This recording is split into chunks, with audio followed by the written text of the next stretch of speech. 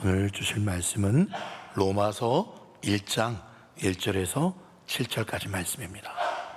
교독하겠습니다. 예수 그리스도의 종 바울은 사도로 부르심을 받아 하나님의 복음을 위하여 택정함을 입었으니, 이 복음은 하나님이 선지자들을 통하여 그의 아들에 관하여 성경에 미리 약속하신 것이라. 그의 아들에 관하여 말하면 육신으로는 다윗의 혈통에서 나셨고 성결의 영으로는 죽은 자들 가운데서 부활하사 능력으로 하나님의 아들로 선포되셨으니 곧 우리 주 예수 그리스도시니라. 그로 말미암아 우리가 은혜와 사도의 직분을 받아 그의 이름을 위하여 모든 이방인 중에서 믿어 순종하게 하나니, 너희도 그들 중에서 예수 그리스도의 것으로 부르심을 받은 자니라. 함께 읽겠습니다. 로마에서 하나님의 사랑하심을 받고 성도로 부르심을 받은 모든 자에게 하나님 우리 아버지와 주 예수 그리스도로부터 은혜와 평강이 있기를 원하노라. 아멘. 신실하신 살아계신 우리 하나님을 찬양합니다. 아멘. 드디어 오늘부터 성경의 꽃이라고 할 수 있는 복음 중에 복음, 로마서 말씀을 살펴보려고 합니다. 저는 우리 교회 부임한 후에 하나님, 로마서 말씀 빨리 전하고 싶어요. 로마서 말씀 언제 전할까요? 언제입니까? 제가 기도하며 기다리고 있었습니다. 그런데 여러분, 하나님께서는요, 제가 하고 싶은 것과 또 지금 네가 하고 싶은지 모르겠지만 그러나 지금은 그때가 아니야, 이 말씀을 전해야 돼 라고 막으신 적이 한두 번이 아니었어요. 전 사실 오자마자 사도행전부터 하고 싶었는데 주님께서 1년 동안 매주 다른 본문으로 그렇게 설교를 하게 하시더라고요. 주님 빨리 사도행전이면 사도행전, 로마서 아니면 여호수아, 출애굽기 그렇게 들어가고 싶었는데 계속 마음에 감동을 주시지 않으셨어요. 그런데 이제 하나님의 특별하신 은혜로 금요 성령 집회 때 창세기 말씀을, 제 생각도 아니었어요. 원래 토요일 날 하는 복 있는 사람 본문을 금요일 날 했었거든요.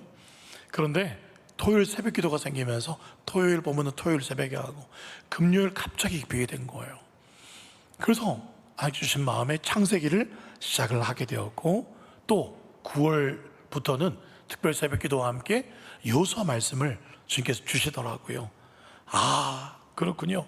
아멘. 주님, 그러면 이제 사도행전에 이어서 자연스럽게 이제 드디어 로마서로 넘어가겠습니다. 확신을 받았어요. 그래서 마음의 평안이 오게 되었고 로마서 말씀을 준비를 하게 되었습니다.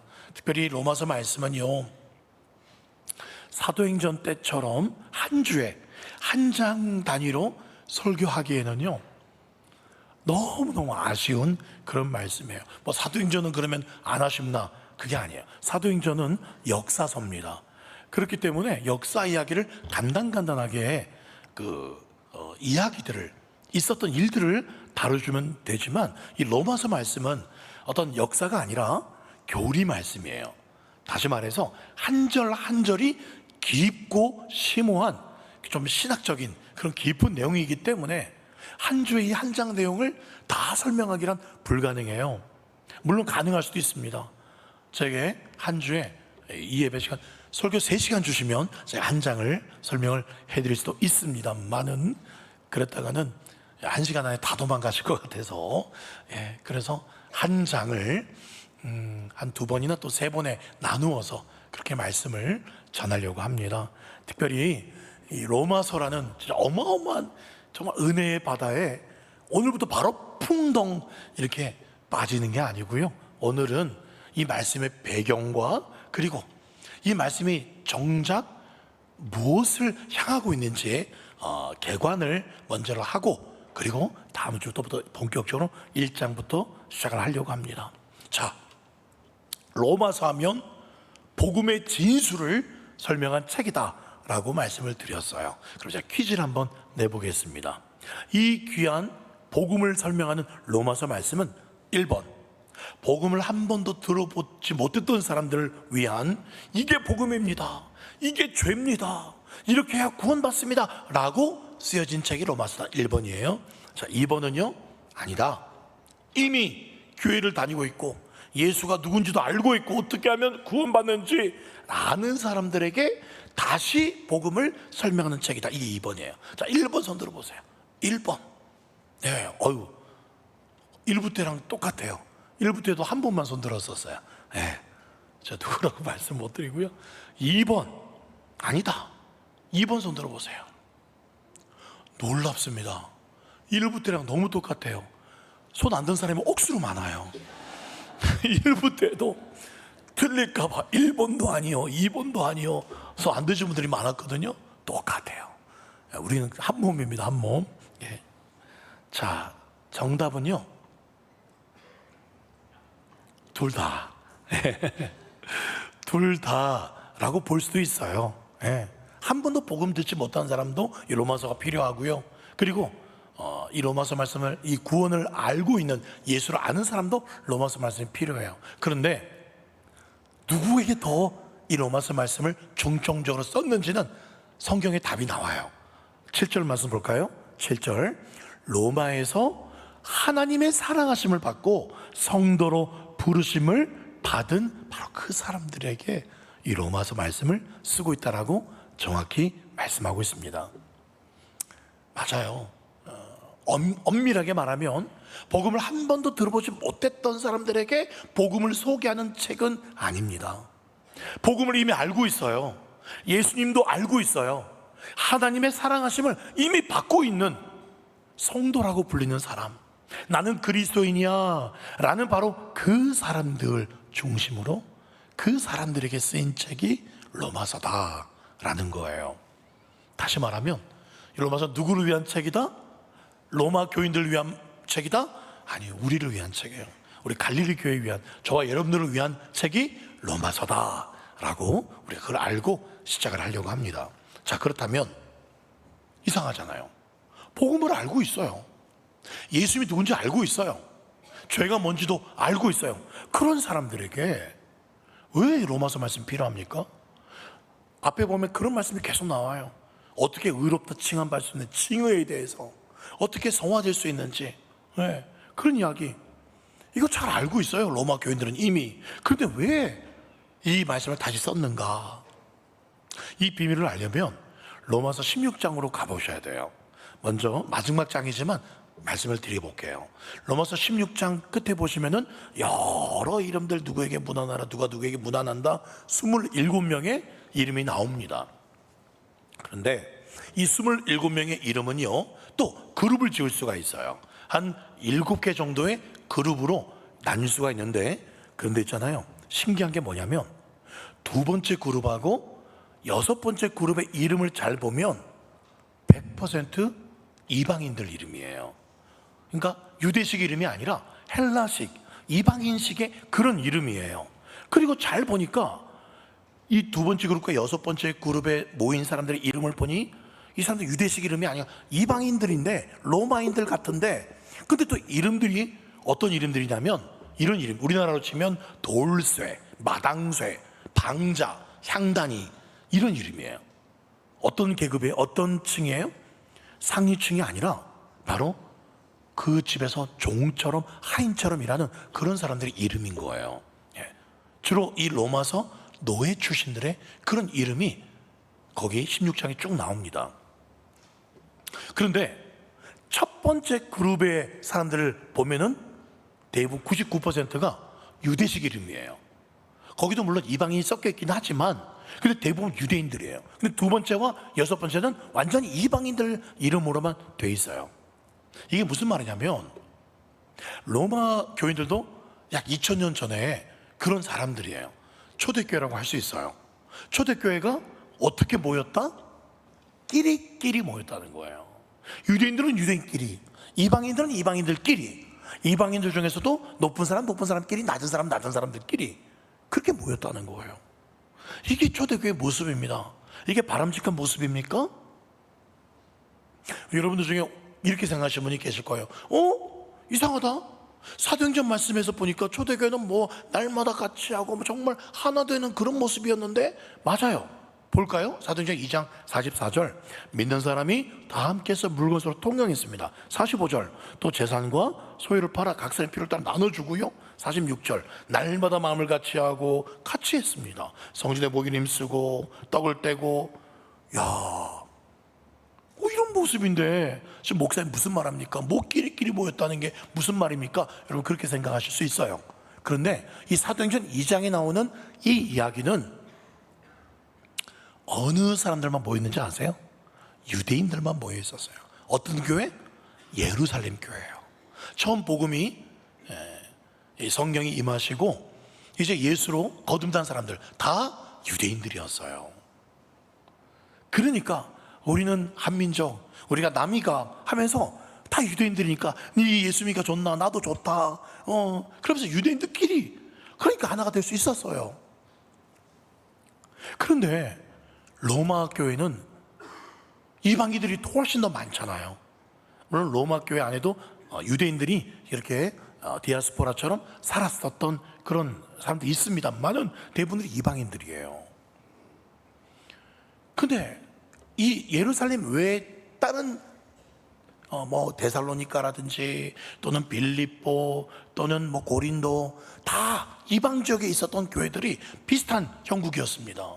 유대인들은 유대인끼리 모이고 이방인들은 이방끼리 모이고 고리떠랬어요. 그래서 여러분, 바울 있잖아요. 그 당시 이 초대교회 때 가장 대단한 사도가 누구였습니까? 바울 이전에 베드로였어요.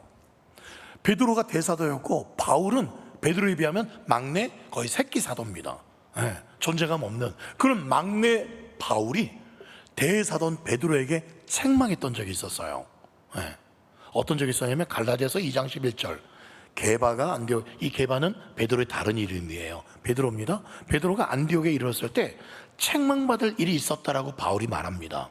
그게 뭐였냐면 12절에 보시면 야고보에게서 온 어떤 이들이 이르기 전에, 야고보라는 것은 예루살렘 교회 지도자였기 때문에 이 예루살렘의 유대인들이 이 안디옥 저기 위에 그 이방인들이 교회를 세웠다더라. 그래서 아래쪽에 있던 예루살렘의 유대인들 기독교인들이 올라온 거예요. 근데 올라왔는데 베드로가 어떻게 하고 있었어요?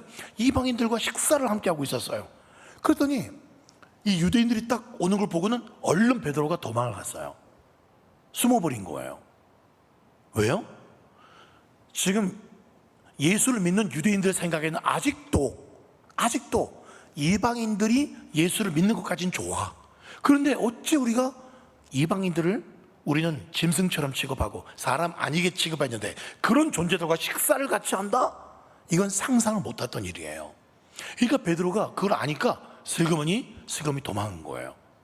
저 유대 기독교인들이 이방인들과 같이 어울렸다는 것을 안 좋게 생각할까봐. 그걸 보고는 바울이 지금 뭐하는 짓이냐고, 지금 뭐하는 짓입니까 베드로 사도님, 그렇게 책망을 했다는 그 얘기예요. 무슨 말입니까? 초대교회 때도 여전히 유대인들과 이방인 사이에는 벽이 있었어요. 물론 이방인 고넬료도, 백부장 고넬료도 예수를 믿었습니다만은 그런 특별한 케이스고 그 안에 유대인들도 잘 보살폈어요. 그 특별한 케이스죠. 대부분 교회에서는 따로 끼리끼리 그랬다는 거예요. 그게 로마서 16장에 나오는 증거입니다. 여전히 어색합니다. 교회가 어색한 기운이 감돌아요. 그 당시에도 뭐 노예가 있었고 총회가 있었는지 모르겠습니다. 함께 모이는 그런 일들이 있을 수 있었겠죠. 그러면 여전히 유대인끼리만 여기 앉아있고 이방인들 또 하층 계급 저 뒤에 앉아있고 그랬을 겁니다. 그랬다는 거예요. 심지어 우리도 그랬잖아요. 옛날에 제가 어렸을 때는 그런 걸 못 봤는데 훨씬 더 이전에 한 60년대 70년대는 교회 가운데에서 오른쪽은 남성분들만 앉고 왼쪽은 여성분들만 앉고 의자 없을 때 그랬었잖아요. 아마 그걸 기억하시는 우리 어르신 성도님들이 계실 겁니다. 그렇게 나뉘어져 있었어요. 그런데 지금 로마서 배경을 설명하고 있습니다. 역사를 설명하니 한번 잘 들어보세요. AD 49년경에요. 글라우디오라는 황제가 어떤 명령을 내리냐면, 보니까 이 로마 제국 안에, 특별히 로마 시 안에 보니까 유대인들이 살고 있는데 그냥 하나님만 믿는, 구약 성경만 믿는 유대교 유대인들이 보이고, 그리고 예수를 믿는 유대인들이 보이는 거예요. 근데 이 둘이 맨날 싸우는 거야. 사실 싸우지 않죠. 그냥 일방적으로 유대교, 하나님만 믿는 유대인들이 이 기독, 예수 믿는 유대인들을 괴롭힌 거죠. 그걸 보니까 그냥 보기가 싫은 거야. 야, 유대인들 다 나가. 그걸 보기 싫어, 다 나가. 그렇게 된 거예요. AD 49년경에 글라우디오 황제가 그걸 명령했습니다. 그래서 여러분, 사도행전 18장에 이런 이야기가 나왔죠. 아굴라라 본도에서 난 유대인 한 사람을 만났는데 글라우디오 황제가 모든 유대인들 명하여 로마에서 떠나라 한 고로 그가 그 안에 브리스라와 함께 그렇게 바울에게로 갔다라는 말씀이 바로 그 말씀이에요. 여러분 생각해 보세요. 여러분, 그 당시에는요, 예배를 드리면 그 유대인들만 모여있지만 거기 이방인도 좀 섞여 있었거든요. 완전히 또 유대인만 모인 데도 있었고 완전히 이방인들만 모인 데도 있었지만 섞여 있는 데도 있긴 있었어요. 근데 섞여 있는 곳에는 주로 누가 예배를 인도했을까요? 구약 성경을 그래도 좀 잘 아는 유대인들 중심으로 설교를 했고, 유대인들이 아마 찬양 인도했고, 유대인들이 봉사하고 유대인 중심의 예배를 드렸었습니다. 그런데 그 유대인들이 다 쫓겨났어요. 유대교 유대인이든 예수 믿는 유대인들이든 다 쫓겨났어요. 교회들마다 이제 이방인들, 로마인들, 헬라인들, 그런 사람들만 남았습니다. 그러면 어떻게 돼요? 설교할 사람이 없어요. 찬양인도 할 사람이 없어요. 야, 당분간 우리 쉬자. 그랬을까요? 그러지 않았어요. 예배인도 설교자가 없고 찬양인도 좀 없어도, 그러면 야, 네가 좀 그래도 좀 구약 성경 네가 좀 많이 아는 것 같더라. 야, 네가 좀 해봐. 야, 네가 좀 목소리 좋잖아. 너라도 좀 찬양하자. 그좀 이렇게 나눠서 해보자. 으쌰으쌰 한 거예요. 어떻게든 예배를 드린 거예요. 어색하지만 해야죠. 그렇게 해서 몇 년이 흘렀냐면 5년이 흐릅니다. 5년 동안 유대인들 없이 로마 안에 있는 로마 교인들이 열심을 내어서 설교도 하고 찬양인도 하고, 거의 이방인들 중심이니까 어떻게 된지 아세요? 교회가 부흥해버린 거예요. 교회가 부흥을 해버렸어요. 5년이 지난 다음에 황제가 바뀝니다. 글라우디오 황제에서 네로 황제로 바뀌어요. 이 네로 황제가 굉장히 기독교를 탄압한 왕이었지만 처음부터는 안 그랬습니다.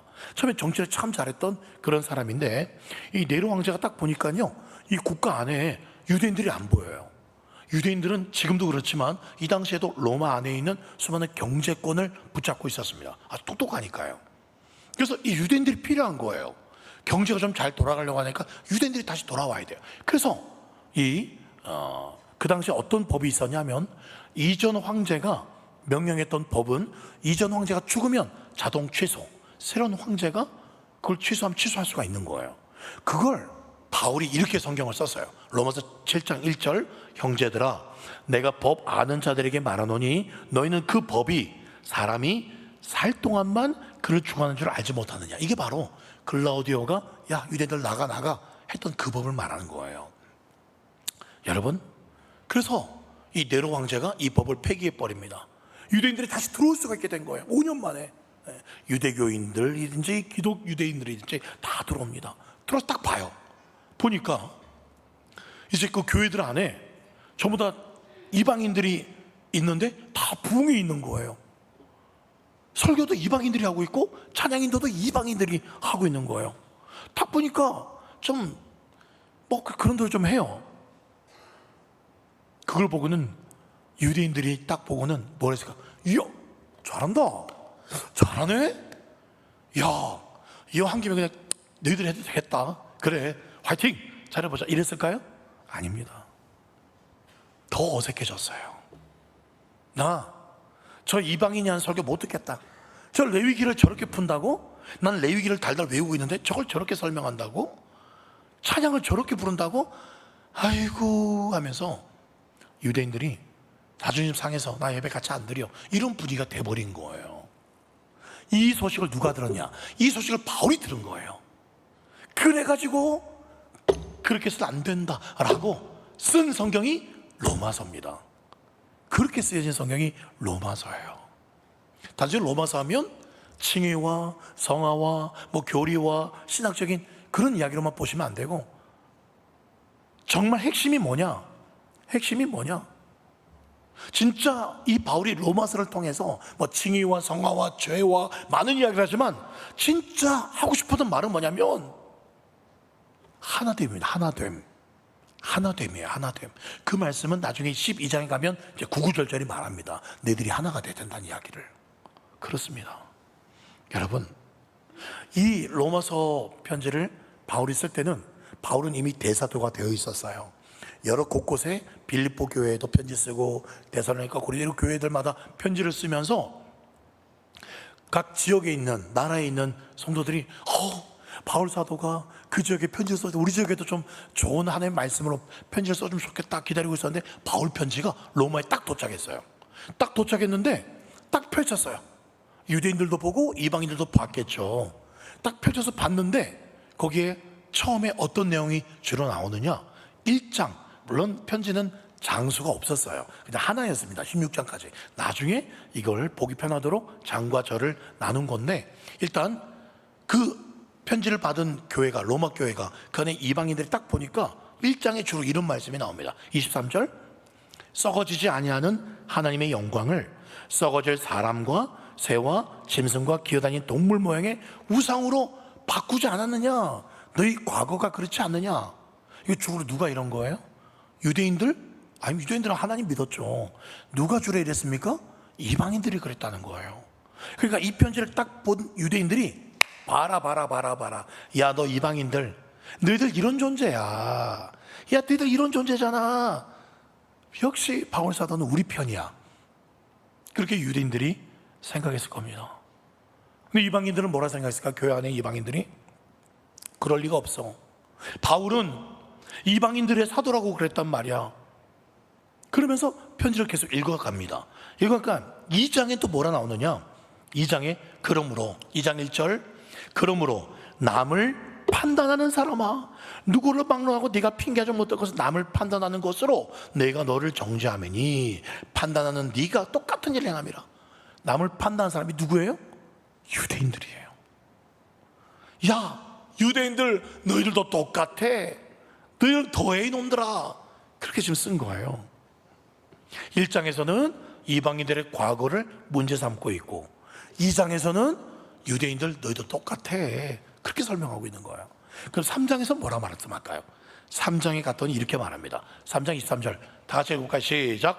모든 사람이 죄를 범하였음에 하나님의 영광에 이르지 못하더니. 다 똑같아. 그게 3장에 나온 이야기예요. 그러면서 결정타를 이렇게 날립니다. 3장 29절에 하나님은 다만 유대인의 하나님이시냐, 또한 이방인의 하나님은 아니시냐, 진실로 이방인의 하나님도 되신다. 이렇게 로마서가 진행이 되는 거예요. 로마 교회 안에 하나 되지 못하고 있는 그 성도들을 향해서. 여러분, 그렇습니다. 모든 사람, 유대인 잘난 거 없어요. 이방인 잘난 거 없습니다. 누구나 다 교회의 권세 아래 있었다는 거예요. 누구나. 자유자든 노예든 배운 사람 못 배운 사람 누구든 간에 그렇습니다. 그래서 로마서 1장 1절부터 3장 20절까지 이 죄에서는 누구도 예외가 없다. 누구도 예외가 없다. 그게 이 로마서 1장부터 3장까지의 이야기입니다. 그런데 드디어 놀라운 일이 벌어지죠. 3장 21절 말씀 보시면 이렇게 기록되어 있습니다. 3장 21절 띄워주세요. 자, 가로에 보면 그러나라고 써있죠. 예, 전 제가 쓴 게 아닙니다. 원래 원어 성경에 보면 그러나라는 단어가 네라는 헬라어가 들어가 있는데 이 개역 개정 성경에서는 그 부분을 좀 빼서 아쉽습니다. 거기 대라는 단어가 있어요. 네라는 단어인데 드러나는 뜻이에요.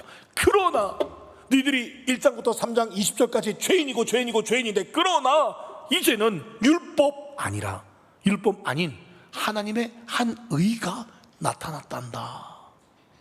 하나님의 놀라운 새로운 의가 나타났단다.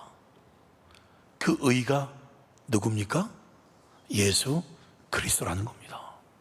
바로 이 예수 때문에, 하나님이 새롭게 세우신 그 의된 예수 때문에 유대인, 이방인 누구든지 하나님의 영광에 이르지 못했지만 이제는 구원받을 수 있게 되었고, 구원받은 사람들은 어떻게 하라고? 이제 예수님 안에서 하나가 돼야 돼, 하나가 돼야만 해 라고 하는 것이 로마서 말씀의 핵심이라는 거예요.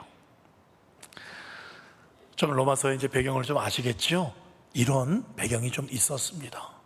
자, 다시 한번 1절 말씀을 보겠습니다. 1절에 보시면은요, 예수 그리스도의 종 바울은 이렇게 말하고 있어요.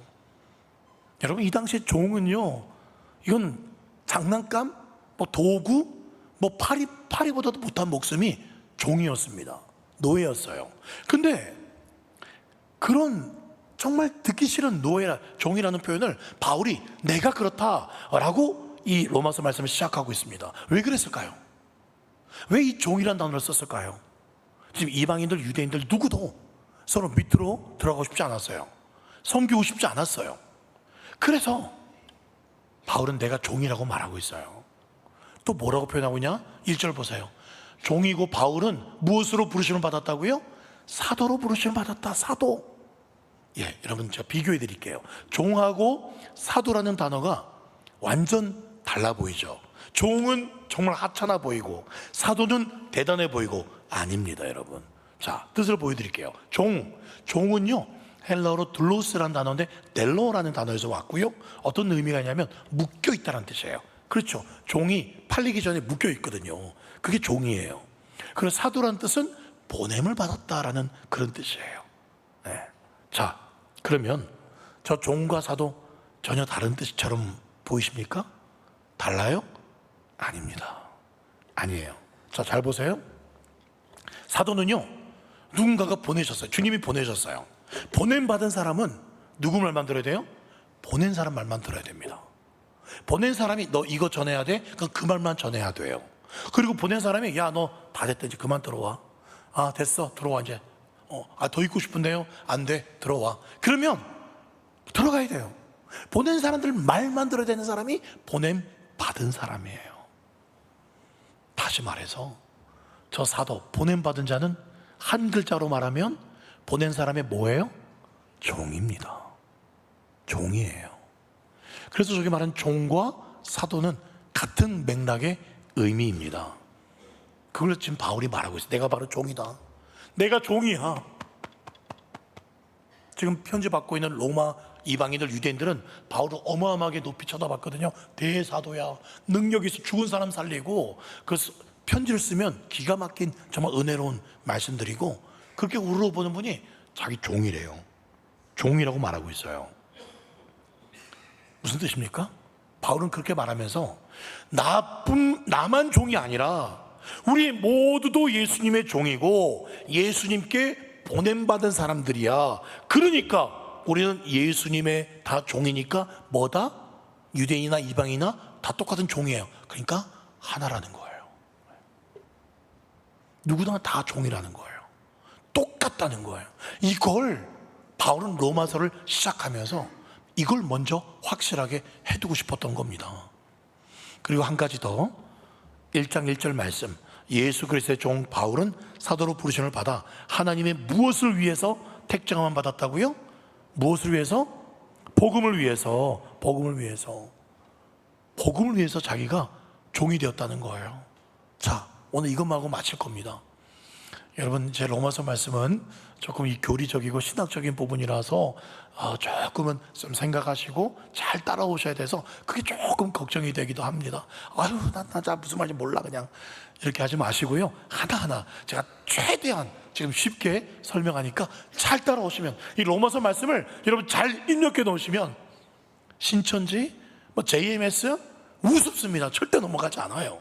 잘 들으시기 바랍니다. 자, 복음이에요. 한번 친구들이나 누가 야, 네 교회 다닌다며, 야, 복음 많이 그러는데, 야, 복음 뜻이 뭐냐? 복음 뜻이 뭐야? 좀 한마디로 좀 설명해봐. 그럼 여러분 누가 한번 대답해 보신 분 계시겠습니까? 한마디로 간결하고 쉽게 복음이 뭐다 딱 설명하신 분 계십니까? 예, 웅얼웅얼하고 계신데요. 예, 복음이 뭐냐? 한마디로 정의 내리기가 쉽지 않습니다. 그런데 이 로마서는 바울은 아주 명확하게 그걸 설명하고 있어요. 전체 화면 볼까요? 예. 잘 보세요. 이 복음은 이제 복음이 뭐라고 설명하고 있습니다. 하나님이 선지자를 통해서 그의 아들에 관해서 성경에 미리 약속하신 거야. 그 아들 예수에 관해서 말하면 육신으로는 다윗의 혈통으로 나셨고 성결의 영으로는 죽은 자들 가운데서 부활하셨고 능력으로 하나님의 아들로 선포되신 분, 그분이 예수 그리스도야 라고 복음을 설명하고 있어요. 그런데 여러분, 저기 나온 글자 중에 쭉 가운데 하얀색 부분은 설명이에요. 설명이에요. 저 복음을 저렇게 길게 설명했지만 딱 간단하게 하얀색 부분 없애도 돼요. 하얀색 부분 없애면 이 복음은 뭐예요? 예수 그리스도다.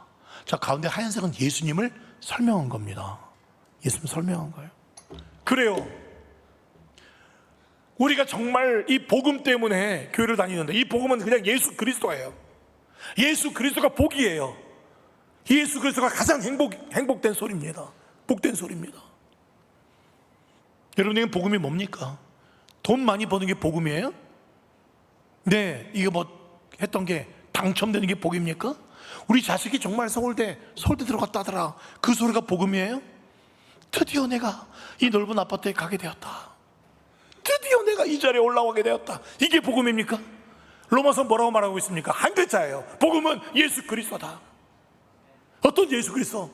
죽음에서 부활하시고, 예수님만 죽은 게 아니라 우리도 그 예수를 믿으면 우리도 죽음에서 부활할 수 있는 바로 하나님의 자녀가 되는 거, 이 복음. 다시 말씀드려서, 그래서 복음은요 이렇게 설명할 수 있어요. 빨간색 방송실 띄워주시겠습니까? 죽은 자들 가운데서 부활하사 능력의 하나님의 아들 주 예수 그리스도를 믿으면 나도 죽음에서 부활하고 하나님의 자녀가 된다. 아멘. 같이 읽어봅시다. 시작. 죽은 자들 가운데서 부활하사 능력의 하나님의 아들 주 예수 그리스도를 믿으면 나도 죽음에서 부활하고 하나님의 자녀가 된다. 이것이 복음이에요. 한 글자는 예수 그리스도. 그래서 바울은 뭐라고 선포합니까? 1장 16절 말씀, 내가 복음을 부끄러워하지 않는다. 다시 말해서 나는 예수를 부끄러워하지 않는다. 이 복음은 모든 믿는 자, 이 예수는 모든 믿는 자에게 구원을 주시는 하나님의 능력이 됨이라. 먼저는 유대인에게요 헬레인에게로다. 자, 저 말씀에서요 한 가지만 더 퀴즈를 낼게요. 저 말씀에서 가장 중요한 단어가 하나 있습니다. 바울이 정말 중요하게 생각하는 단어, 어떤 단어일까요? 파란색 글자 중에 있겠죠. 어떤 단어일까요? 복음, 구원, 또 믿는 자 아니라고 생각해요. 물론 바울에게 물어봐야 되겠지만 모든입니다. 모든 유대인도 아니고 이방인만도 아니고 남자 여자 아니고 노예나 자유자 아니고 많이 배운 사람 못 배운 사람 아니고 누구나 모든 복음은 차별을 두지 않는다는 겁니다. 그 사람이 과거가 어떤지 지금 형편이 어떤지 그 조건으로 그 사람을 평가하지 않는다는 거예요. 예수님도 예수님 앞에 나오는 사람들 단 한 번도 야 너는 과거에 이랬잖아, 너 지금 이런 짓 하고 있잖아, 그렇게 수치와 조롱을 주신 적이 없습니다. 그냥 있는 그대로 다 받아주셨어요. 그분이 예수님이에요. 그분이 바로 복음이에요. 바로 누구나 모든 사람이 예수님을 믿기만 하면 과거가 어떻든 지금이 어떻건 내가 끊지 못하는 나쁜 죄악이 있건 모든 사람 다 주님 앞에 올 수 있고 이 갈릴리 교회에 올 수 있는 건 그 복음 위에 우리 교회가 세워져 가는 겁니다. 그러므로 우리 갈릴리 교회는요 누구나 오실 수 있고 누구나 똑같습니다. 똑같아요. 교회를 오래 다녔건 적게 다녔건 뭐 많이 배웠건 못 배웠건 많이 가졌건 못 가졌건 아무 상관없어요. 다 예수 그리스도의 종이에요. 그 누구도 소외되어서도 안 되고 그 누구도 이 갈릴리 교회 문턱을 못 넘어올 사람이 아무도 없다는 이야기입니다. 그게 로마서입니다. 제가 금요일 날 이틀 전에 또 수요일도 전도하지만 평일에도 하지만 다 그렇게 전도하시겠죠? 금요일에 또 내가 주로 청소년 아이들 놀이터에서 전도하는데 그저께 설교 마치고 딱 우리 주차장에 오랜만에 주차장에 껄렁껄렁한 친구들이 왔어요. 언제부턴가 우리 교회 주차장에 이런 제가 표현이 껄렁껄렁하다고 표현하지 않겠습니다. 약간 거친 아이들, 약간 그 거친 아이들이 한 2년 전부터 없어졌어요. 담배 피고 하는 애들이 없어졌습니다. 왜냐하면 걔들이 남목고등학교 졸업했거든요. 걔들 다 졸업을 했어요. 근데 어제 걔들이 또 우리 교회 안은 아니고요. 저 우리 교회에서 저 시장 쪽에 있는 거기서 한 7명 아이들이 오토바이에 앉아가지고 담배를 피우고 있는 거예요. 그래, 쟤들한테 내가 오늘 복음 놀이터는 나중에 하고 쟤들한테 가야겠다 해서 자전거 타고 글로 쭉 갔어요. 가서 딱 보니까 한 명이 이렇게 반팔 입었는데 그 문신 있죠. 일본의 야쿠자계 이레즈미인가요? 그렇게 팔까지 내려오는 문신, 그 문신한 애가 딱 보이는 거예요. 눈이 마주쳤어요, 저랑. 걔가 저보고 뭐라냐면 목사님 그러는 거예요. 딱 보니까 누구였냐면, 이전에 기억하십니까? 제가 놀이터 전도하다가 우리 교회 그 중학생, 남승훈이가 중학생일 때 막 애들을 붙잡고 막 괴롭히려고 했던 바로 그 중에 한 명. 내가 이 자식도 뭐한 짓이야? 내가 했을 때 그 중에 한 명이 제일 거칠었던 한 명. 아저씨가 뭔데요? 했던 바로 걔가 목사님 그러는 거예요. 아이고 반갑다고, 졸업하고 뭐 하냐고. 저는 요즘에는 어지간하면 대학 잘 가잖아요. 어지간하면 대학 가지 않습니까? 공부 못하는 아이들도. 그래서 대학 간 줄 알고 걔들 7명 중에 야, 그 뭐 하냐 요즘에 어디 학교 다녀? 했더니 안 다닌다는 거예요, 아무도. 네.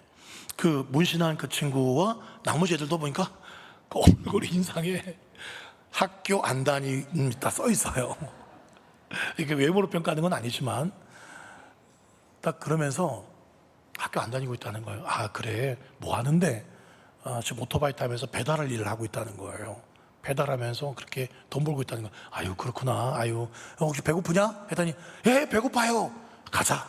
그래서 저기 우리 교회에서 가장 가까운 게 여기 세븐일레븐 편의점이 그래서 좀 가까워요. 그래서 애들 데리고 와서 야 골라. 그래서 1인당 3,000원씩 골라. 그랬어요. 그래서 애들이 그 중에 몇 명은 저를 처음 본 애들도 있었거든요. 그래서 아이고 이거 막 주섬주섬 하는 거예요. 아 괜찮아. 이리즈미 문세난 애가 야 이 목사님 좋은 분이야. 빨리 골라. 그래서 근데 또 3,000원 하면 빵 하나 뭐 그래서 음료수 하나 마셔야 되잖아요. 야 5,000원 5,000원까지 해줄게. 1인당 5,000원씩 해. 한 7명이었는데 딱 계산할 때 보니까 21,000원이 나왔어요. 그러니까 1인당 3,000원씩 음료수 한 개씩 이 정도만 고른 거예요. 애들이 그렇게 문신하고 거칠고 막 그렇게 해도 마음은 이제 20살 21살이에요.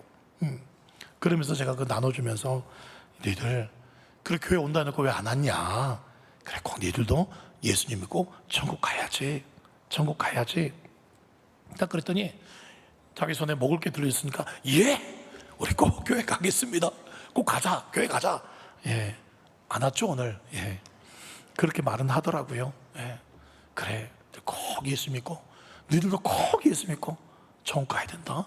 그리고 제가 놔두고 그렇게 돌아왔습니다. 근데 그 중에 한 놈이 계속 제가 예수 하니까 이거 받아 먹으면서 하늘에 계신 우리 아버지 이름이 거룩히 여김 받으시오며 이 들은 게 있는 거예요.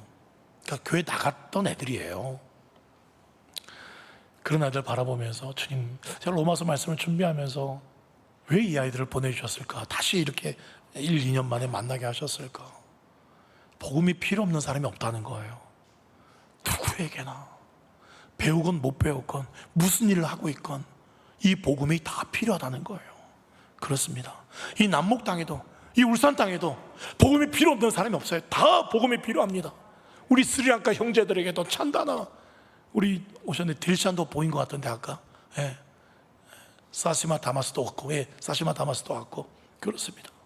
에란다도 왔고 복음이 필요 없는 외국인도 없어요. 다 필요합니다. 그래서 뭘 하려고 한다고요? 10월 26일에 뭐 한다고요? 행복축제를 하려고 합니다. 행복축제 하려고 합니다. 결국 여러분 이 로마 교회 교인들이 어떻게 되었을까요? 어떻게 되었을까? 이후에 하나가 됩니다. 하나가 됩니다. 하나가 되었다는 성경은 나오지 않지만 하나가 된 증거는 나와요.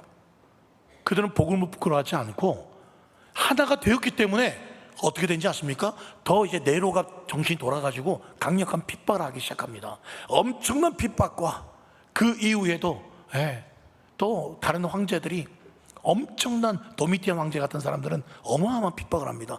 그 수많은 약 300년가량 300년 거의 300년가량 이들이 로마 그때 무덤이 지하에 있었습니다. 그 땅속에 들어가서 믿음을 지킵니다. 그리고 땅속에 들어가서 유대인파, 이방인파, 자유자, 노예파 나뉘었겠습니까? 그러면 싸워서 있을 수가 없어요. 하나가 되었기 때문에 그 안에서 300년을 버틸 수가 있었어요. 서로 종이 되어서 그 불편한 지하에서 네가 먼저 해, 너가 먼저 해. 한 주인 예수 그리스도만을 섬기면서 서로 사랑하며 살았기 때문에, 그래서 그런 지하 교회지만, 땅속 교회지만, 그런 교회 주님이 안 계실 수가 있겠습니까? 살아계신 그 주님이 지하 땅속에서 300년 동안 그들과 함께 하셨기 때문에 그들이 믿음을 지킬 수가 있었던 것 아닐까요? 우리 갈릴리 교회가 바로 그 믿음으로, 그 하나됨으로 우리 교회에 임한 하나님의 나라를, 진짜 복음을 살아내는 그런 모습을 이 남북 주민들, 울산 사람들에게 보여주면서, 그 누구도 우리 교회에 오시면 누구든지 오셔도 됩니다. 누구든지 오십시오. 배우건 못 배웠건, 아이건 껄렁껄렁하건 거친 아이들이건 누구건 오십시오. 누구건 와도 이 참 복음과 이 하나님의 나라, 예수님 만나고 변화시킬 수 있는 그런 교회, 한 주인 예수님만 주인으로 섬기는 다 종이 되는 그런 로마 교회, 그런 우리 갈릴리 교회 되기를 예수 그리스도의 이름으로 축원드립니다.